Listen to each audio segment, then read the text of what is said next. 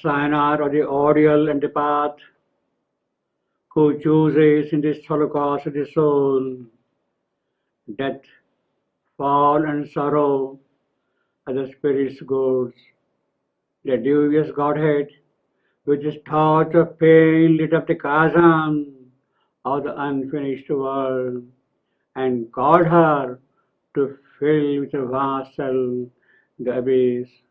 In this enigma of the dusk of God, this slow and strange, uneasy compromise of limiting nature with a limitless soul, where all must move between an ordered chance and an uncaring blind necessity, too high the fire spiritual dare not blaze. Reigned by the dark power that hates all bliss, in the dire court where life must pay for joy, sentenced by the mechanic justicer to the afflicting penalty of man's hopes. Her head she bowed not to the stark decree, bearing helpless hand to destiny's stroke. Across the awful march no eye can see, barring the dreadful route no will can change. She faced the engines of the universe, her heart stood in the way of the driving wheels. His giant workings paused in front of mine. His star conventions met the flame of his soul. All now seems nature's massed machinery, an endless servitude to material rule, and long determination's rigid chain, her firm and chainless habits aping law, her empire of unconscious deft device, annul the claim of man's free human will. The God of love found in Savitri a perfect shrine. He could dwell in her. He could dwell in that perfect shrine. In that shrine, that ideal and beautiful and wondrous shrine, as he would dwell in his natural home. He would dwell and breathe and grow in the expression of his own vastnesses, his eternity, his infinity. He could express them easily, naturally in her, in that perfect shrine. Here, in this perfect shrine, powers of the Spirit could unfold themselves. They could progress in their wonders, in their marvels. They could bring out all that is locked in them. They could widen. They could become sunnier in their joyous possibilities. Here, thoughts and feelings and actions all could move in a moments of truth and beauty and wonder. But perhaps for that to happen, for that moment to be in the moments of truth and beauty and wonder, for that progress to take place, a mournful line has to be first crossed. Mournful line, a tragic event has to be met, because frail and fragile are instruments. We are not capable of moving in the moments of truth and beauty and wonder. Frail and fragile are our instruments. These frail and fragile instruments cannot lend themselves to the things of knowledge, things of strength, things of excellence. Savitri may be divine, yes, but she is divine. Savitri may be divine, but she is divine. But there is also the fact that she has taken human birth. She has accepted human conditions. She has accepted human state. She has accepted the lot of mortality. She is living on the precarious best of earth. Divine Savitri, who has taken the human birth, she is living on the precarious breast of earth. The unborn mites surely were once hers up there. The great powers were hers, but she has ascended to bear the yoke of ignorance and fate and time and suffering. She has come down upon earth to participate in our nature, to participate in our ignorance, in our fate, in our time, in our anguish. She came down here in all its humanity, with all its blemishes and all its imperfections. Unless she does that, unless she identifies herself with humanity, she cannot redeem the lot of humanity. It is not that she is claiming the exemption of virtue, that she is somebody exceptional, that she is one who wears the crown of separate birth. She is not claiming that. She is not claiming the impunity of might. She is there to assert them, all those great qualities of hers, assert them, her majesty, her power, her light, her love, her beauty. She is there to assert them in what is weak and ugly, what is death-bound, what is ignorant, what is fragile. Although she has learned to bear the mortal suffering, mortal calamity, she has accepted, her walk still kept the measure of the gods. She would move the way the gods should move in the world. Even on earth, she would move there.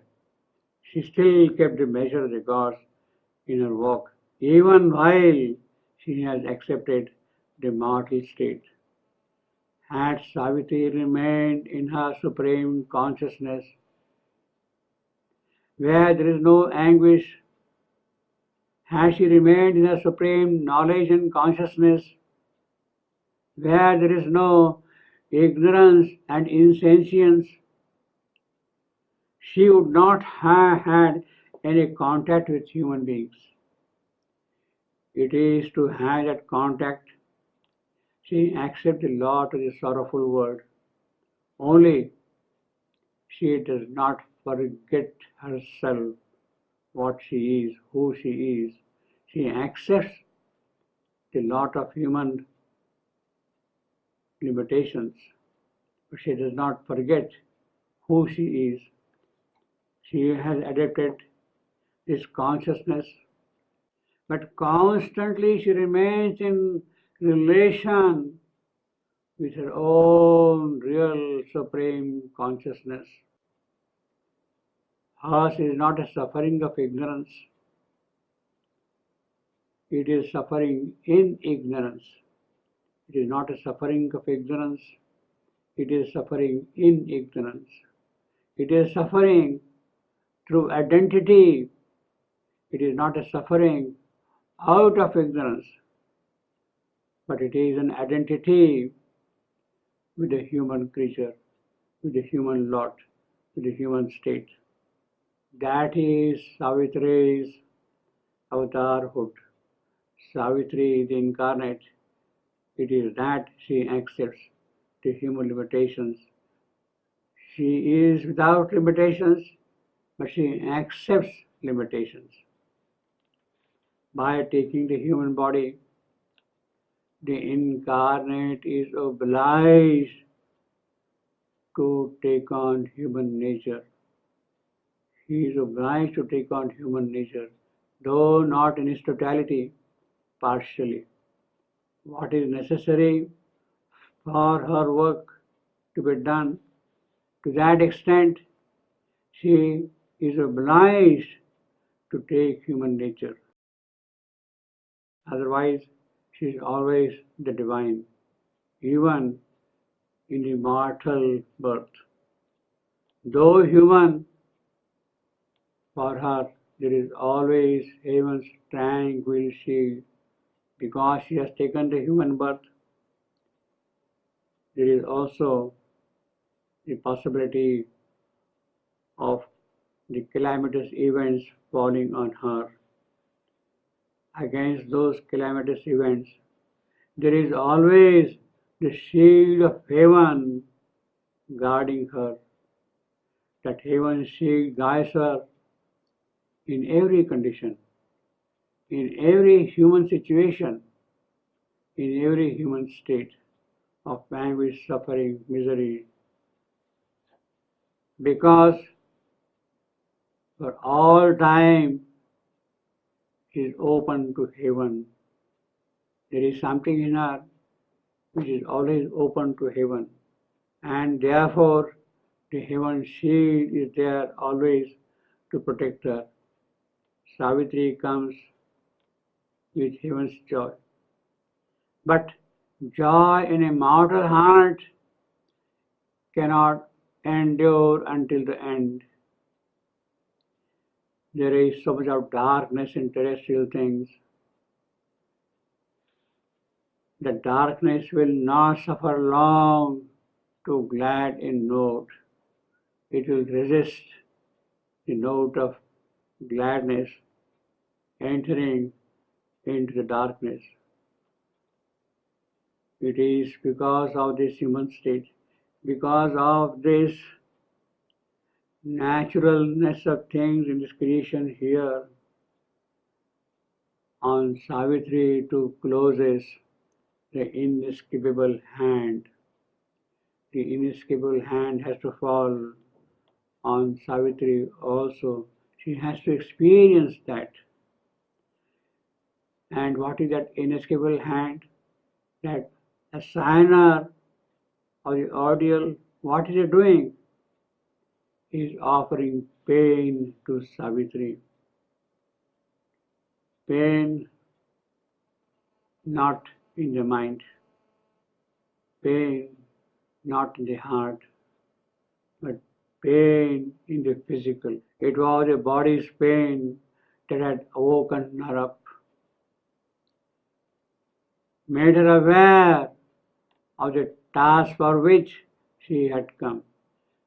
The pain of the mind, the pain of the brain, of the mind, pain of the heart, of the feelings, would not have been able to awaken her to the task for which she had come. It is the physical pain that is instrumental in waking her up and imposing upon her the necessity of doing something by which the pain can be tackled. The pan divine had brought the sense of reality closer to her, the relevance of her life's mission, but focused in it, but focused in the body's pain, the relevance of her life, but quintessenced in the body's pain. Savitri must step into the chasm of this creation. She must step into the chasm. She must step in order to fill up with her vast self that gulf, that chasm, that abyss. She must face doom. She came to challenge death. She came to confront doom. She came to confront doom in order to eliminate it, confront death in order to eliminate it. She must pass the ordeal of death and suffering.